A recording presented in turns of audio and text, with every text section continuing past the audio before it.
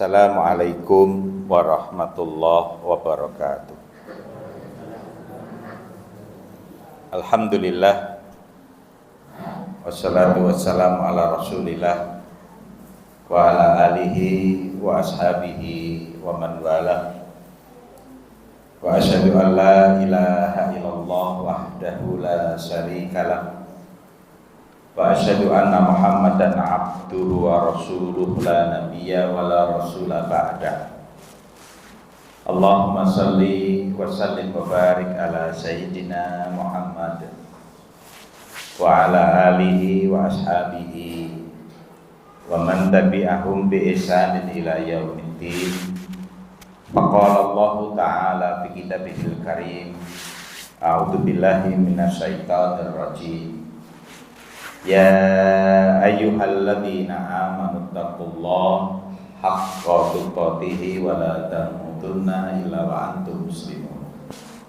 Wa qala ya ayyuhalladzina amanu taqullaha wa qulu qawlan sadida yuslih lakum a'malakum wa yaghfir lakum dzunubakum wa may yuti'illaha wa rasulahu faqad faza fawzan 'azima.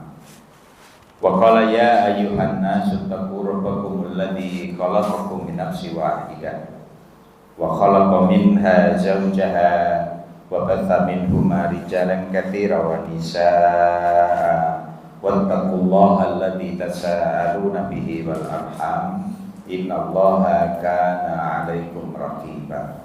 Amma ba'du, fa inna asdaqal hadits kitabullah wa khairal hadi hadi Muhammadin sallallahu alaihi wasallam wa syarrul umur muhdatsatuha wa kullu muhdatsatin bid'ah wa kullu bid'atin dhalalah wa kullu dhalalatin finnar.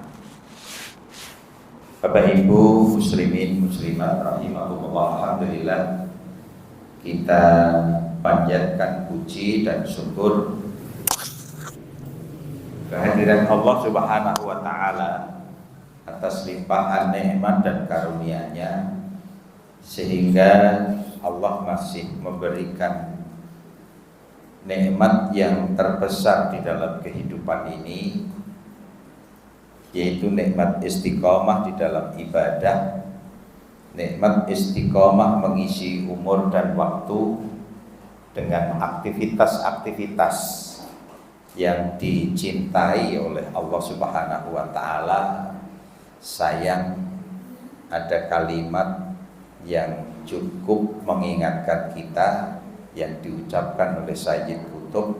Beliau mengatakan la ya'rifuha illa man taqaha. Tidak akan mengerti kecuali yang bisa ngerasani. Maka beragama ini atau beribadah ini harus dirasani. Kalau kita tidak mampu ngerasani, ya pripun ya. Nek melakukan aktivitas watake menungso ra nek imbalane. Imbalane napa? Imbalane sosis ro aku wae. Nggih, Pak. Imbalane mung sosis ro aku wae tuku dhewe iso. Maka harus dirasakan. Maka harus dipikirkan. Coba penjenengan saya beri gambaran yang hari ini terjadi. Saya yakin jenengan ya wis mengikuti. Napa nika? Kalau seorang muslim yang taat beribadah,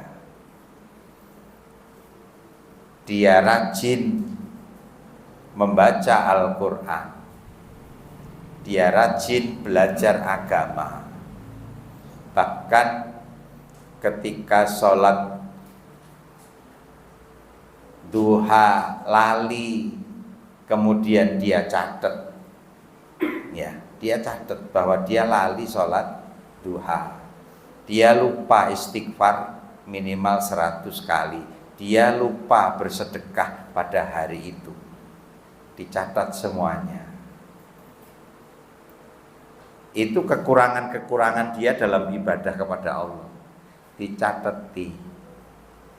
Kemudian catatan itu ditemukan orang yang mengevakuasinya di dalam kantongnya, dan orang ini luar biasa, jasadnya utuh dan dimakamkan tetap utuh. Bahkan ada yang medis dari Indonesia memegang lehernya, keringatnya di leher dipegang, itu bau wanginya sampai semeter masih wangi, Pak. Itu gambaran untuk kita peristiwanya di Gaza.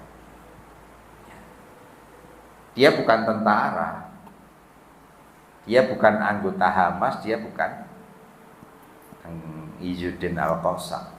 Dia hanya seorang muslim yang taat beribadah kepada Allah Subhanahu wa ta'ala. Nah, hal-hal seperti ini sangat banyak di dalam Al-Qur'anul Karim melalui ucapan-ucapan Rasulullah SAW, dan itu seharusnya kita gali dalam keseharian kita. Kita goleki, kita uncai agar kita mampu merasakan nikmatnya beribadah kepada Allah Subhanahu wa ta'ala. Itu fungsinya. Karena la ya'rifuha illa man daqqaha. Walaupun Sayyid Qutb mengatakan al-hayatu fi dilalil Qur'an ni'mah. Hidup di bawah naungan Al-Qur'an itu kenikmatan. Ya, kenikmatan. Kelebihan orang barat, Bapak Ibu sekalian, kelebihan orang barat ketika mereka melihat bangsa Palestina, kok mentalnya sekuat itu, kok mentalnya sekuat itu, kok pasukannya sehebat itu. Dia menghadapi pasukan yang konon terkuat dan termaju serta tercanggih di dunia, ternyata bisa dihantam oleh pasukan Hamas yang akhirnya sekarang terbongkarlah bahwa mereka kuat maju hanya di media, hanya di media. Nah, orang Barat melihat seperti itu, langsung dia cari Quran, langsung dia baca Quran. Jadi Quran ini apa toh? Karena mereka memang hidup dibuat antipati a priori dengan Quran. Maka setelah mereka melihat masyarakat Palestina yang sudah sangat kecil sekali wilayahnya, tapi kok punya kemampuan yang sehebat itu, mereka membuka Quran. Maka akhirnya mereka berbondong-bondong masuk Islam. Ya. Membaca, kita pun perlu seperti itu. Ya. Kita pun perlu menjadi seorang muslim yang kuat. Apalagi yang ngapunten. Ya. Kita ini menjadi muslim yang hidupnya pas-pasan, Pak. Nggih. Napa enten sing duwe pajir, Pak? Pas-pasan. Maka anak-anak kita seperti ini itu ya kita didik dengan pas-pasan kita. Nggih mboten? Nggih. Ndak pernah kita ajari anak kita menjadi anak yang visioner. Ya, yang visioner, yang mikire adoh. Ya, mikire adoh. Nah, Bapak Ibu sekalian, Syekh Ahmad Yasin, pendiri Hamas, ya, ketika diwawancari oleh Al Jazeera, dia mengatakan Israel itu tahun 2027 akan hancur atau dihancurkan, ya, akan hancur atau dihancurkan. Lah, beliau setelah mengucapkan seperti itu sebelumnya sudah membuat organisasi untuk memerdekakan Palestina, Harokah Muqawamah Islamiyah, tahun 1987. Kinten-kinten saat ini umurnya kita. Sekarang 2023. Berapa umurnya? 2023 dikurangi 87. 36. Ya, 36. Yang dididik anak sak gini-gini ini, Pak. Diajari apa? Diajari Al-Qur'an. Diperkenalkan dengan Al-Qur'an.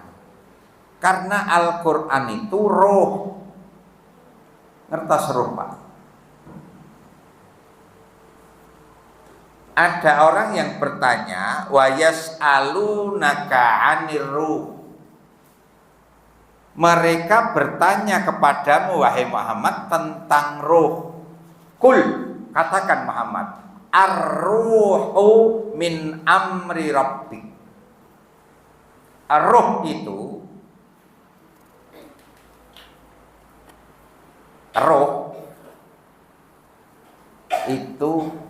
dari Allah.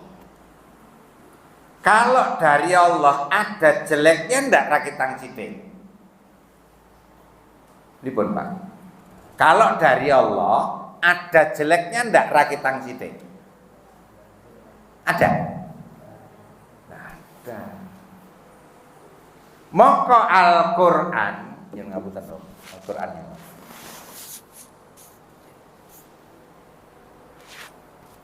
Al-Qur'an. Ini kiri, Pak, Al-Qur'an. Al-Qur'an itu disebut oleh Allah roh. Ya, Al-Qur'an itu disebut oleh Allah roh. Kula baleni. Roh itu dari Allah. Kita juga diberi roh. Maka semua yang hubungannya dengan roh ora mungkin elek. Nggih, ndak mungkin jelek. Lah, Al-Qur'an disebut oleh Allah roh. Maka kalau kalau anak-anak kita ini kita dekatkan dengan Al-Qur'anul Karim, maka sudah bisa dipastikan anak itu di masa dewasanya akan menjadi anak yang baik. Karena Al-Quran itu tidak ada yang jelek. Karena roh itu datangnya dari Allah Subhanahu wa Ta'ala. Yang datang dari Allah mungkin ana eleke. Semakin anak kita dekatkan dengan Al-Quran, maka anak-anak kita akan semakin menjadi anak-anak yang baik. Maka nyuwun ngapunten Bapak Ibu sekalian, saya itu sering mengkritisi takmir masjid. Anak-anak segini ini tidak tahu nih. Saya rodok gumun memang pembinaannya sudah berhasil atau memang wedi karo sing sepuh-sepuh. Lho ini wanteng banget kabeh lho, Pak. Itu pembinaannya berhasil atau udah wedi karo sing tuwa? Piye, Mas? Ini luar biasa nih, Pak. Bagi saya itu luar biasa. Yang saya kenali anak-anak seperti ini ya pengen mengekspresikan dirinya. Maka saya sering mengatakan nek nganti cah-cah doting dlajik no masjid ben tinimbang mereka mencari lingkungan di luar masjid.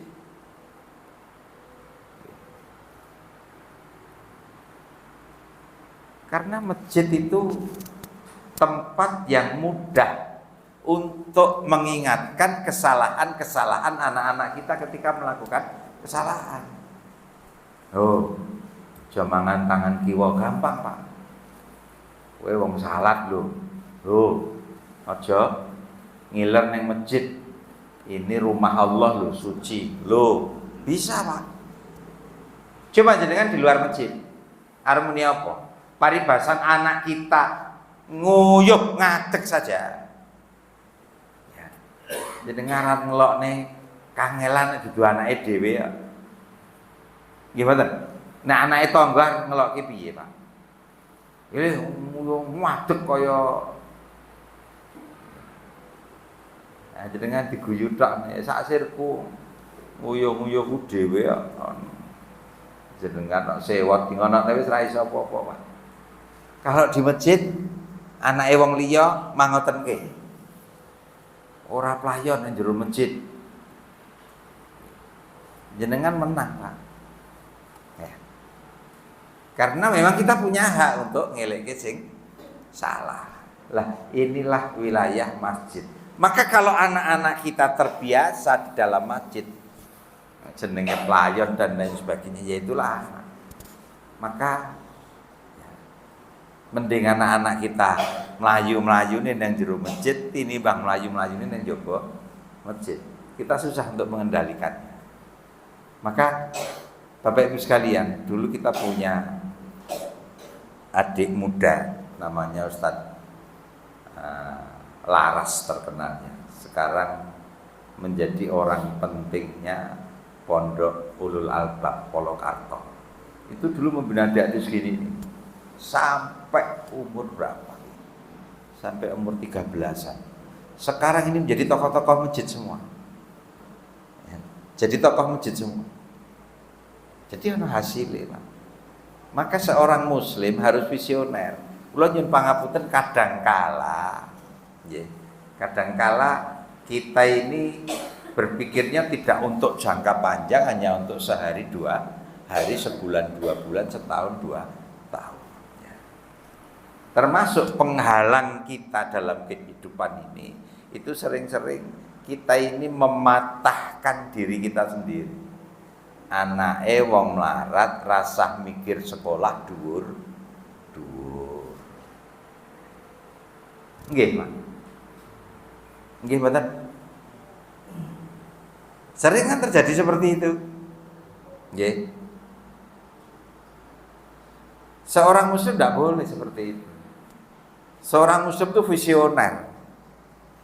Ngoyak surga we kon ngoyak Firdaus.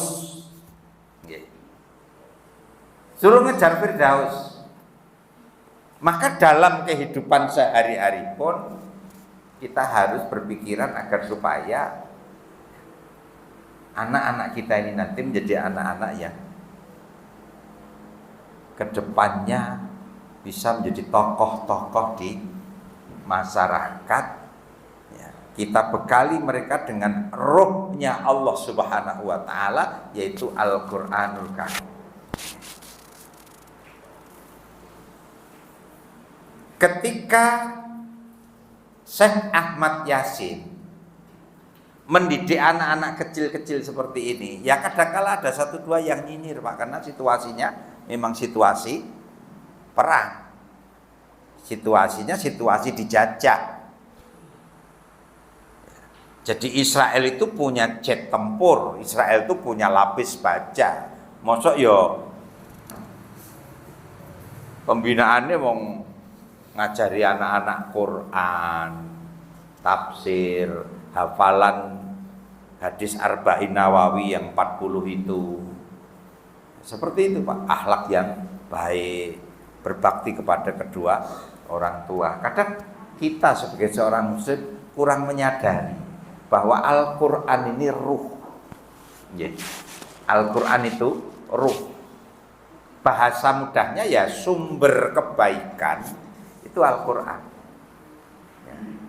Ketika anak-anak kita tersentuh terus dengan kebaikan dan kita minimalisir kekurangan, kesalahan, bahkan maksiat dan dosanya, maka insya Allah di masa dewasanya mereka akan menjadi generasi-generasi yang memiliki kekuatan ruhiyah yang luar biasa.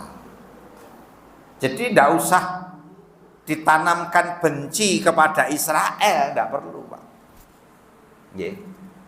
Dengan Al-Quran itu secara otomatis mereka sudah bisa memahami bahwa Israel itu penjajah, bahwa Israel itu keji, bahwa Israel itu pembantai dan lain sebagainya. Maka kemudian tumbuhlah mereka menjadi generasi-generasi yang peduli dengan negerinya sendiri.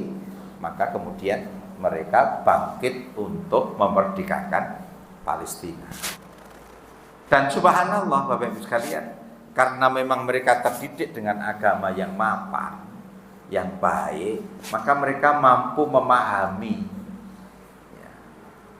yang namanya perang itu seperti apa. Yang sekalian, perang itu nomor satu ternyata memerangi hawa nafsu. Kalau ini belum berhasil, itu nanti perang fisik ya oke kalah timbang menangi. Oke kalah timbang menangi. Apa sebab? Karena berperang dalam rangka memperjuangkan agama itu harus benar-benar dilakukan dengan penuh keikhlasan dan tidak banyak melakukan penyimpangan-penyimpangan. Mongko wong perang itu yang saya baca di sekian tulisan, ternyata luar biasa Pak, orang perang itu beratnya. Saiki lagi senjatane pun pinten abote. Pun jenengan iso mbayangke dipanggul kudu digawa terus engko kira-kira bobote pinten. Itu baru yang dipanggul, belum nek jenenge perang itu yang namanya makan ya sing digawa tok. Mau nyari makanan di jalan gini ento. Kalau ndak itu. Maka jangan heran kalau orang yang tidak paham agama, mereka kemudian ketika lapar, ketika dalam kondisi kepepet, kudu iso mangan dan lain sebagainya, ya ngawur. Nek perlu ngerampok, nek perlu nindas orang yang bisa ditindas. Mongko nek agama Islam tidak seperti itu. Kemenangan salah satu penentunya adalah pertolongan Allah. Allah itu baik. Yang menjadi penyebab kita akan diberi kemenangan ya kebaikan-kebaikan yang diridhoi oleh Allah Subhanahu wa taala. Coba jenengan coba bayangke. Nek jenenge orang Israel mau disandra, sing mau nyandra bawa senjata, otomatis kan ngoplok, Pak. Nggih, ngoplok. Ketika ngoplok, ya, diambilkan kursi, diminta untuk tidak ngoplok nomor stand. Suruh duduk sambil dikatakan, kami Muslim tidak akan menyakiti Anda. Neng dapur ada pisang. Pripun kinten-kinten. Nek pomo bukan orang yang dididik agama dengan baik. Nggih. Alah mung gedang kok emplok. Kan gitu, Pak. Sing ngemplok wetenge waret, nggih. Sing ngoplok sing duwe gedang ya ora rumangsa kelangan ngomong gedang Pak. Nggih. Lah, pasukan Hamas ini pasukan yang mudeng agama. Apalagi pisang yang kemudian masuk ke dalam perut wong rasikatan. Nggih, rasikatan itu menjadi penyebab musuh itu sulit untuk dikalahkan. Di masa Umar bin Khattab kalau tidak salah. Akhirnya mereka diperintahkan semua untuk bersiwak. Setelah bersiwak, Allah memberi kemenangan. Nah, Bapak Ibu sekalian, kenapa pasukan Hamas ini kemudian meminta izin pisang itu untuk dimakan? Agar supaya pisang itu halal. tidak haram. Lah nek wetenge wong sing memperjuangkan agama Allah kok kelebon sing haram, jangan-jangan pertolongan Allah tertunda karena Allah murka kepada orang yang memasukkan makanan haram itu ke dalam perutnya. Nah, Bapak Ibu sekalian, yang pangapunten, saya menyampaikan ini tidak seperti biasanya.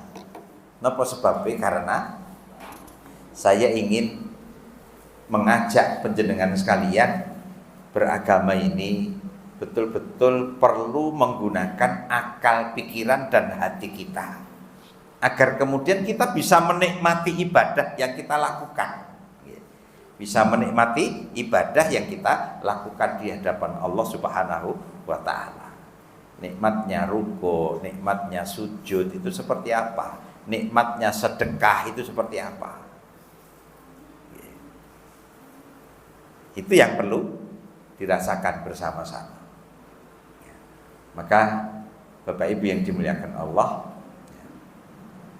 berangkat dari peringatan Allah Subhanahu wa Ta'ala bahwa Allah menciptakan kita itu yang pertama lemah. Kemudian setelah lemah Allah jadikan kita kuat. Setelah itu Allah jadikan kita lemah kembali, bahkan beruban. Nah, itu kondisi kita. Nah, kesadaran ini harus menjadi kesadaran hidup. Harus menjadi kesadaran hidup. Lah, itu musuhnya hawa nafsu, Pak. Musuhnya hawa nafsu, karena hawa nafsu itu tidak mengikuti fase-fase ini. Kita lahir lemah, isone mong nangis, luwe ya nangis, ngelak ya nangis, ngantuk ya nangis, pipis ya nangis. Ndak ada bayi ngelak dugang ibu rane. Lemah kita itu. Lalu dijadikan oleh Allah dalam perjalanannya menjadi menguat, badannya menjadi kuat, pikirannya kuat, dan lain sebagainya. Setelah itu kita akan lemah kembali yang ditandai dengan uban di kepala. Di surat Al-Mu'minun, nah ini tadi surat Rum ayat 54. Surat Rum surat 30 ayat 54. Di surat Al-Mu'minun Allah mengatakan tsumma ba'da dzalika lamayitun. Setelah itu kamu mesti mati. Inilah kita. Inilah kita. Artinya fase-fase yang ditunjukkan oleh Allah kepada kita ini agar kita mengikuti sunnatullahnya Allah Subhanahu wa Ta'ala. Dulu kita lemah, maka dikala kita diberi kekuatan oleh Allah Subhanahu wa Ta'ala, manfaatkan kekuatan tersebut untuk mendekatkan diri kepada Allah Subhanahu wa Ta'ala yang puncaknya di umur 40. Istiqomahnya sampai 60, karena setelah 60 itu masa-masa bonus. Dan ingat, kalau sudah di atas 60, kalau dulu kita seringnya pakai minyak wangi, gitu. Ketika di bawah 60 itu kita sering pakai minyak wangi. Nanti di atas 60 itu pakai minyak apa, Mbak? Minyak kapak jadi.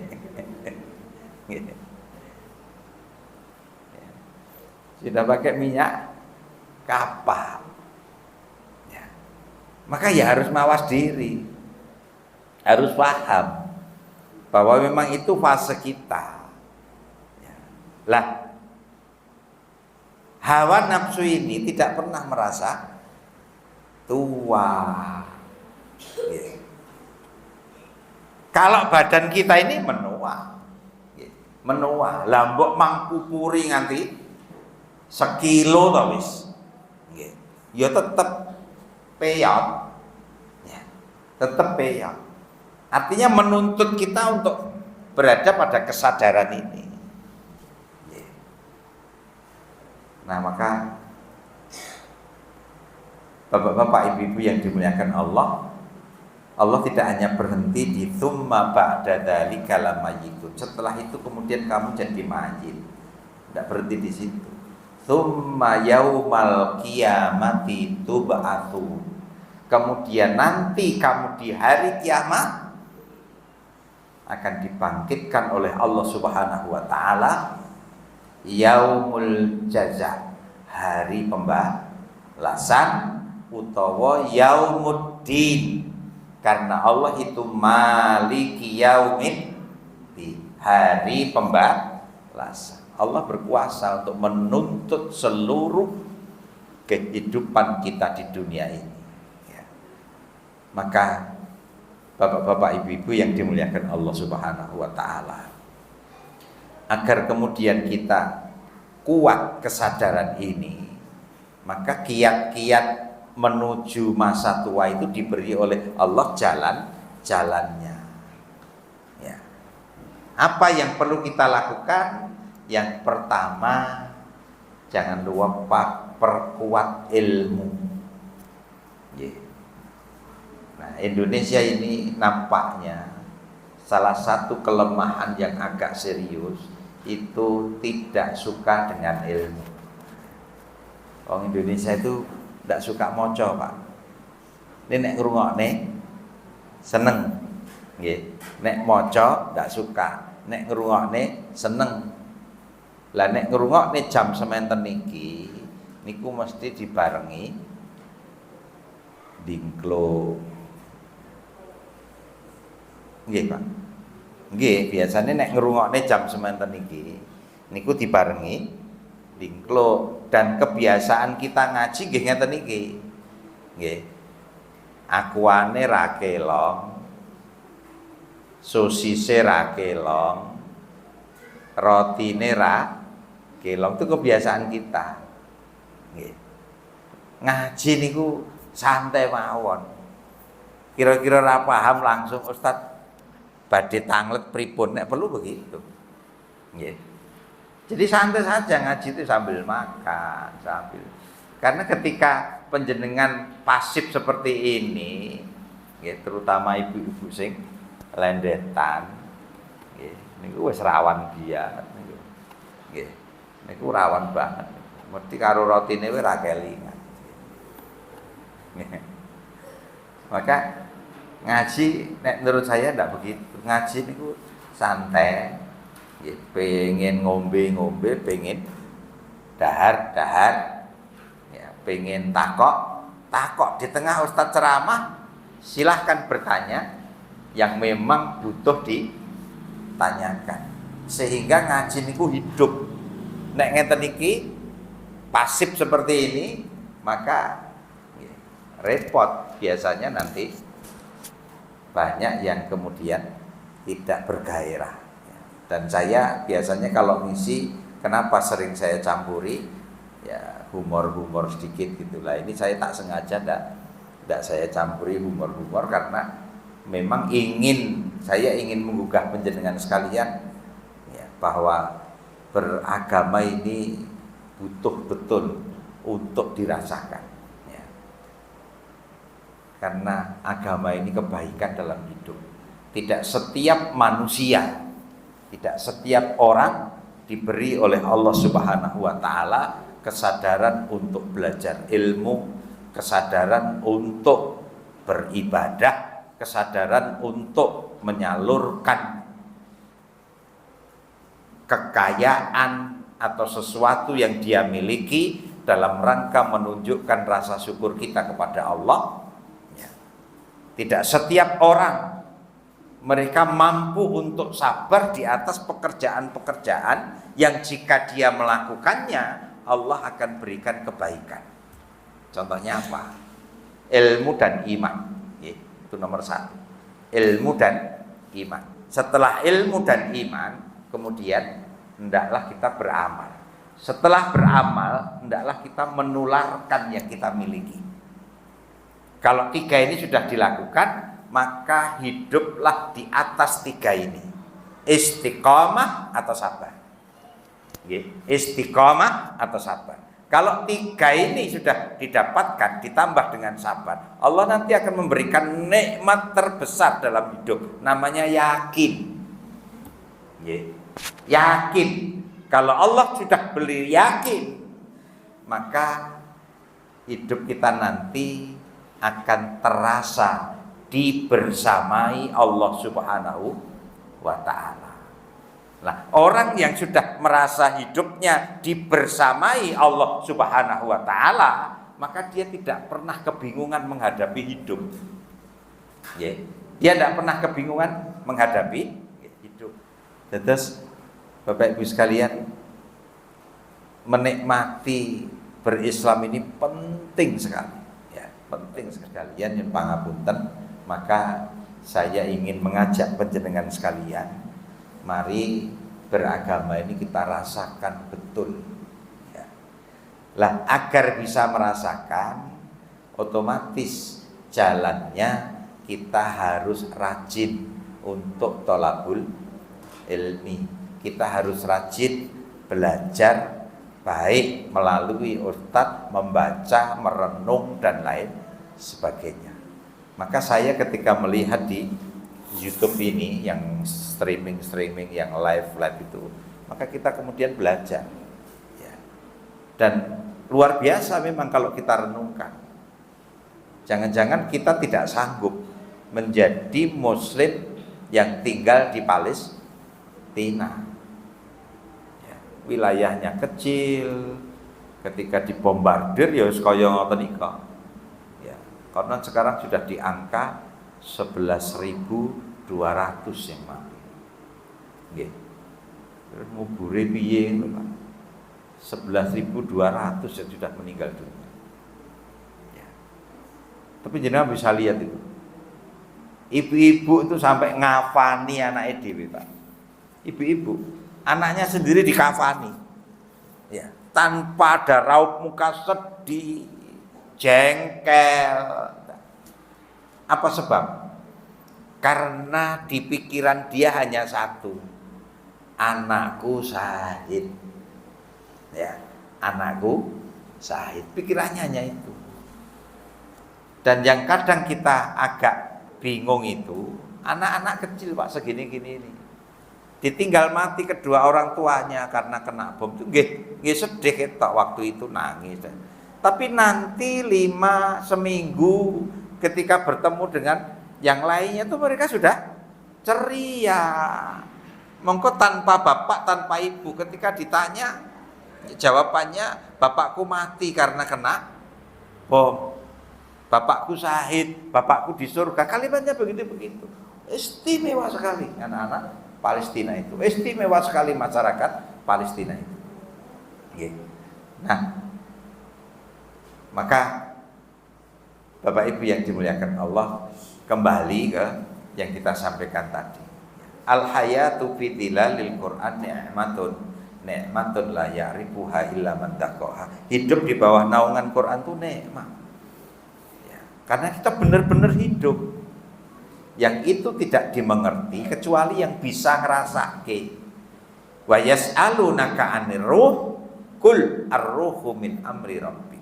Mereka bertanya kepadamu tentang ruh, maka jawablah bahwa ruh itu dari Allah Subhanahu wa taala. Urusan Allah Subhanahu wa taala.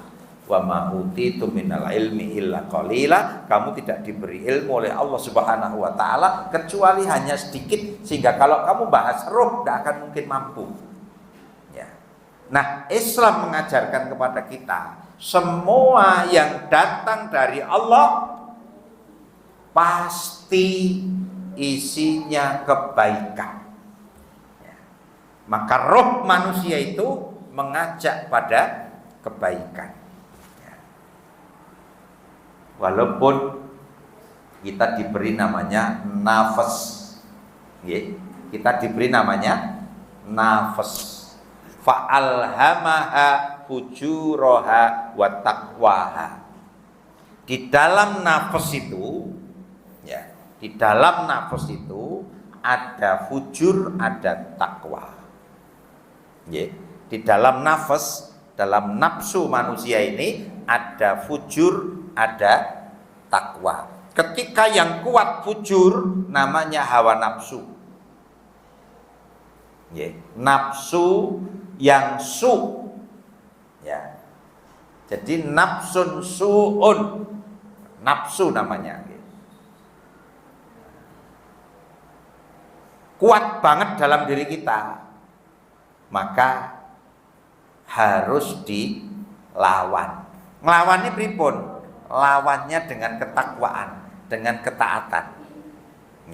Maka Allah mengatakan qad aflaha man zakkaha. Beruntung, selamat, akan bahagia orang-orang yang berupaya membersihkan kotoran-kotoran nafsu itu. Wa qad khaba man dassaha, dan sungguh celaka orang yang mengotori nafasnya. Maka Bapak Ibu yang dimuliakan Allah, ketakwaan ini harus dominan. Ketakwaan ini harus menguat dalam diri manusia agar supaya nafas kita ini menjadi nafas yang mutmainnah. Kemudian nafsun su'un, lawamah, itu bisa disingkirkan dari dalam kehidupan kita ini.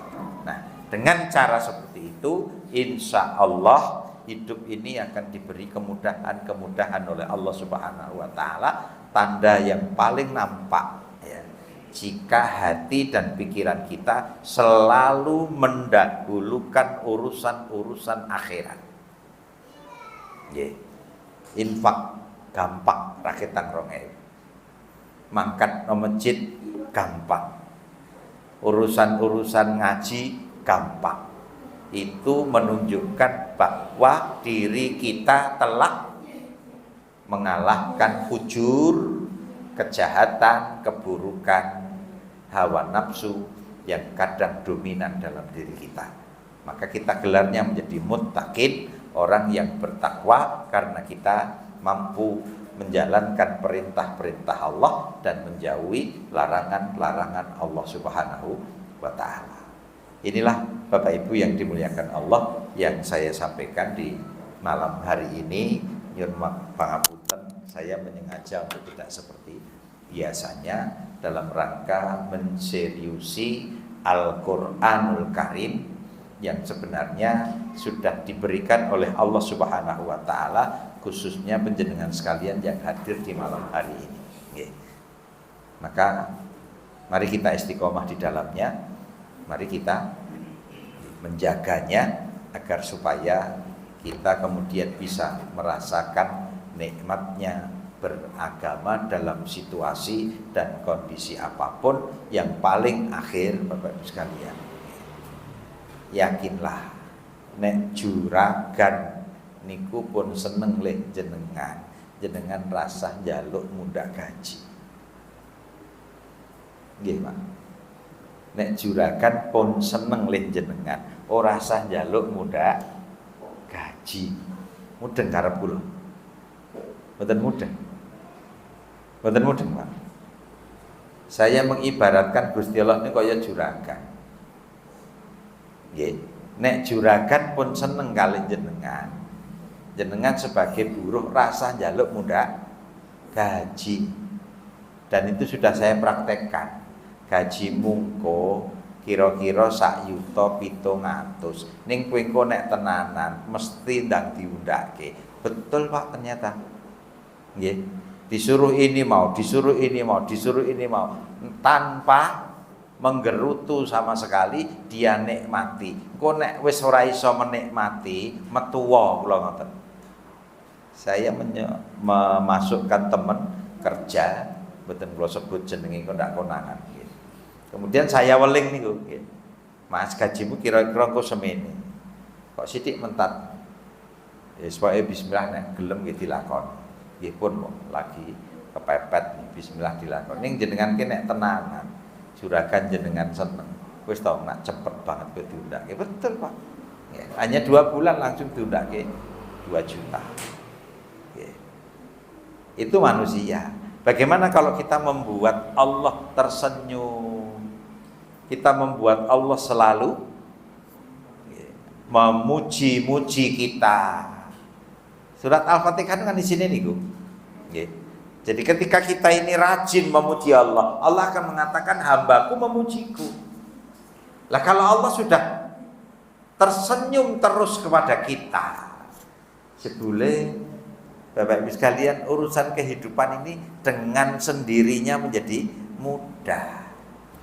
Jadi nek urusan-urusan kita ini kok kita isih ruwet terus niku, jangan-jangan kita ini belum dekat kepada Allah. Jangan-jangan belum dekat kepada Allah. Apa nek sampai paduro bojo. Wis niku saya nggih. Sampai jenengan paduro bojo artinya kita belum bisa berislam dengan baik. Ya, sehingga muncullah problematika kehidupan. Ketika istri marah, bagaimana marahnya istri menjadikan kita mendapat pahala. Apa yang harus kita lakukan ketika istri marah atau suami marah, istri mendapat pahala atau suami dapat pahala? Wah, ngelepol gitu, Pak. Gimana? Tapi kalau bisa berhasil, saya yakin urusan kehidupan menjadi mudah. Lah niku sing angel. Itu yang susah. Apa neh wong lanang diwaneni wong wedok niku wis omah niku kaya neraka.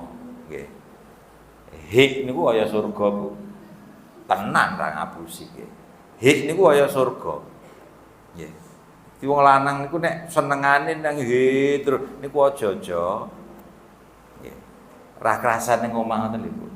Nggih, mangkei napa-napa ya ora gelem. Yang bisa menjadikan dia nikmat niku kopi kali ginaston neng. Nah, ini problem. Maka seharusnya baiti jannati, rumahku surgaku. Kita masuk rumah itu adanya bahagia, nyaman, tentram, ayem, nyantai. Jangan sampai tidak terjadi. Wallahu a'lam bishawab. Maka Bapak Ibu sekalian, ini yang mungkin kita sampaikan. Mari kita bersama-sama untuk menikmati agama ini ya, senikmat-nikmatnya. Insya Allah jika kita mampu menikmatinya, ibadah ini menjadi sesuatu yang menggembirakan. Wa ju'ila qurrata aini bisolah, kata Nabi, dan dijadikan penyejuk hatiku itu ketika aku sholat. Artinya kalau itu bisa berhasil, insya Allah yang lainnya menjadi mudah.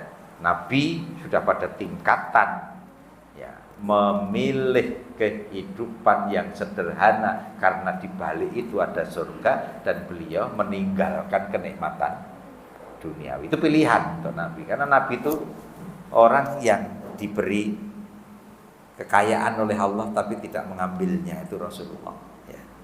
Nah, kita pun perlu nanti menjatuhkan pilihan untuk lebih memilih Allah Subhanahu wa taala, lebih memilih akhirat agar dunia kita ini menjadi nyaman.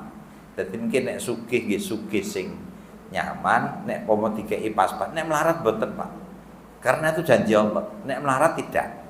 Kalau kita diberi pas-pasan, itu pas-pasan yang penuh barokah. Saya kira ini. Subhanakallahumma wa bihamdika Asyhadu an la ilaha illa anta astaghfiruka wa atubu ilaik. Walhamdulillahirabbil alamin. Billahi taufiq wal hidayah. Assalamualaikum warahmatullahi wabarakatuh.